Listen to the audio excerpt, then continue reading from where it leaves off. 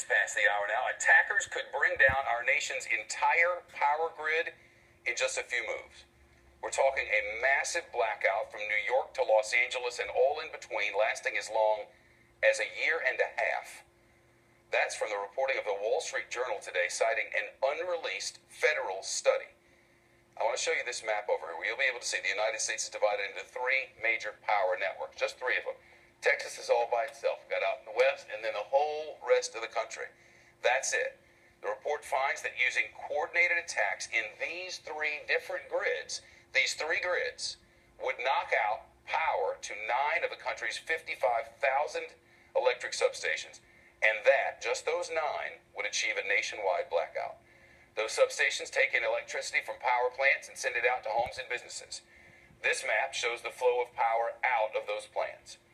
Mike Balboni joins us with more. He's a former New York Homeland Security Director and is with us here on the news deck this afternoon.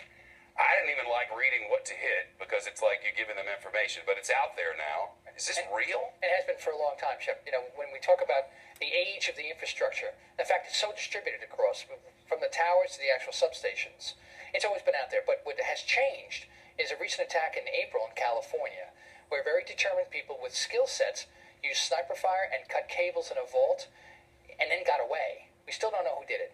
So now what that's done is that's increased the vulnerability consequence of this whole network.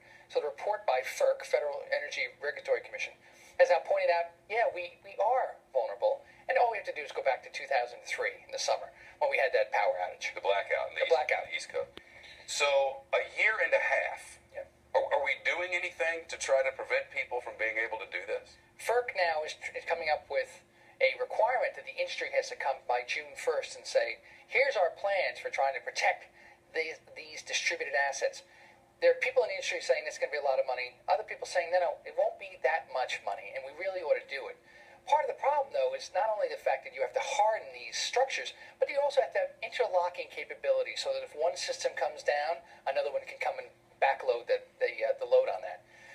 That's still being worked out because, as you pointed out on the map, they are separate grids, and you don't want to have the cascade effect, which is what we had again in 2003. Yeah, I've read that 90% or more of the power grid system was installed before computers even existed. Exactly correct. And that's been a part of the problem also because now computers have been added onto it. So not only do you have the physical threat, but you'll have the cybersecurity threat, what the industry is also very concerned about. Note to self, buy a generator. Nice to see you, Mike. Nice to see you, too. All right, coming up more on the Malaysian air flight. We're getting